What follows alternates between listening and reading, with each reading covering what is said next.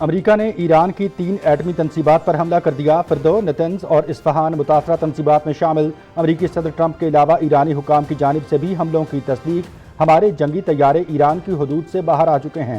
اب دنیا میں امن کا وقت ہے۔ ایران کو جنگ ختم کر کے سنجیدہ مذاکرات کے لیے آمادگی ظاہر کرنی چاہیے۔ Donald Trump. امریکی حملے بین الاقوامی قوانین کی خلاف ورزی ہیں۔ جوہری تنصیبات محفوظ ہیں۔ ایران کے ایٹمی توانائی ادارے کا رد عمل۔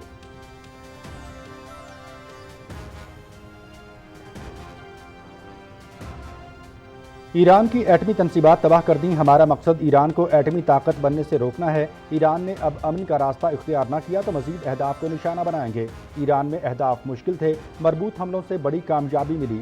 امریکی صدر ڈونلڈ ٹرمپ کا ایران میں فوجی آپریشن کے بعد وائٹ ہاؤس میں مختصر خطاب۔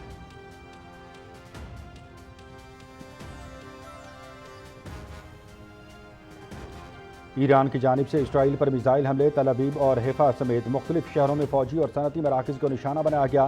اسرائیلی جدید دفاعی نظام ایرانی ڈرونز کو روکنے میں ناکام۔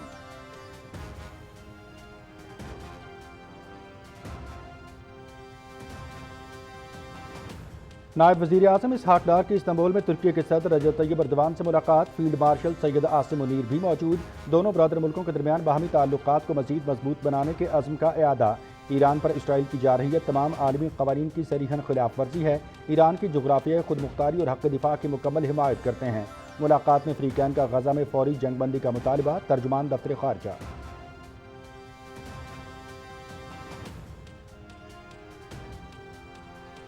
مشرق وسطیٰ میں بڑھتی ہوئی کشیدگی باعث تشویش۔ اسرائیلی جارحیت سے خطے کے امن کو شدید خطرات لاحق۔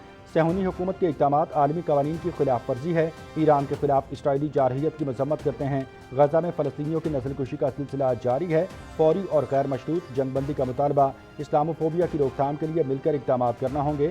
درپیش چیلنجز سے نمٹنے کے لیے مل کر کام کرنا وقت کی ضرورت ہے۔ نائب وزیر اعظم اسحاق ڈار کا استنبول میں OIC وزرائے خارجہ کونسل کے اجلاس سے خطاب۔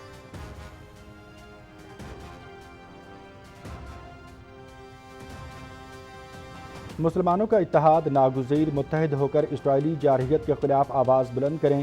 اسرائیلی اقدامات بے لگام، جارحانہ اور غیر قانونی ہیں۔ ہم امن کے داعی ہیں۔ خطے کو مزید تباہی اور خون ریزی سے بچانا ہے۔ ترک صدر رجب طیب ایردوان۔ ایران اور غزہ میں اسرائیلی جارحیت کی مذمت۔ عالمی برادری سے اسرائیلی جارحیت رکوانے میں کردار ادا کرنے پر زور۔ ایران اسرائیل تنازع کا پرامن حل تلاش کیا جانا چاہیے۔ سیکرٹری جنرل کا OIC وزرائے خارجہ کونسل اجلاس سے خطاب۔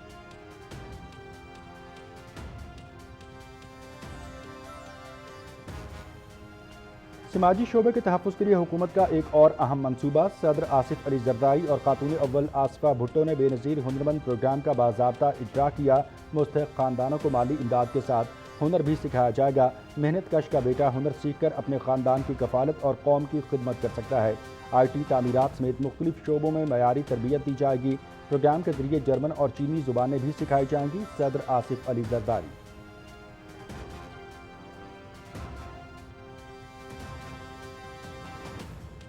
آئندہ سال کے حج آپریشن کی تیاری کے حوالے سے جائزہ اجلاس۔ وزیر اعظم محمد شہباز شریف کی وزارت مذہبی امور کو تیاری اور نجی حج اسکیم کو ریگولرائز کرنے کی ہدایت۔ عازمین حج کی خدمت میں کسی قسم کی لاپرواہی قبول نہیں ہوگی۔ سعودی عرب کی جانب سے جاری کردہ حج پالیسی سے لائحہ عمل مرتب کیا جائے۔ وزیر اعظم۔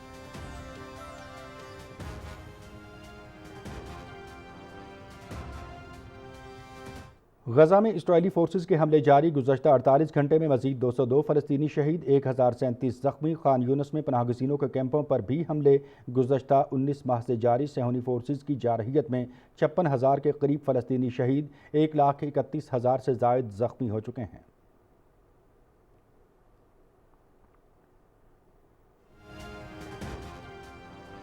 ملک میں پری مانسون کا آغاز۔ اسلام آباد، راولپنڈی اور گردنواہ میں آندھی اور گرج چمک کے ساتھ بارش۔ گرمی کا زور ٹوٹ گیا۔ ملک کے بالائی اور میدانی علاقوں میں کل تک مزید بارشوں کا امکان۔ اسلام آباد، راولپنڈی، لاہور، گوجرانوالا، سیالکوٹ اور گجرات میں 40 سے 60% زیادہ بارشیں متوقع۔ السلام علیکم، آپ دیکھ رہے ہیں پاکستان ٹیلی ویژن نیوز۔ میں ہوں مناظر حسین۔ نیوز ہیڈ لائنز آپ جان چکے ہیں۔ مزید خبروں اور اپڈیٹس کے لیے ہمارے ساتھ رہیے۔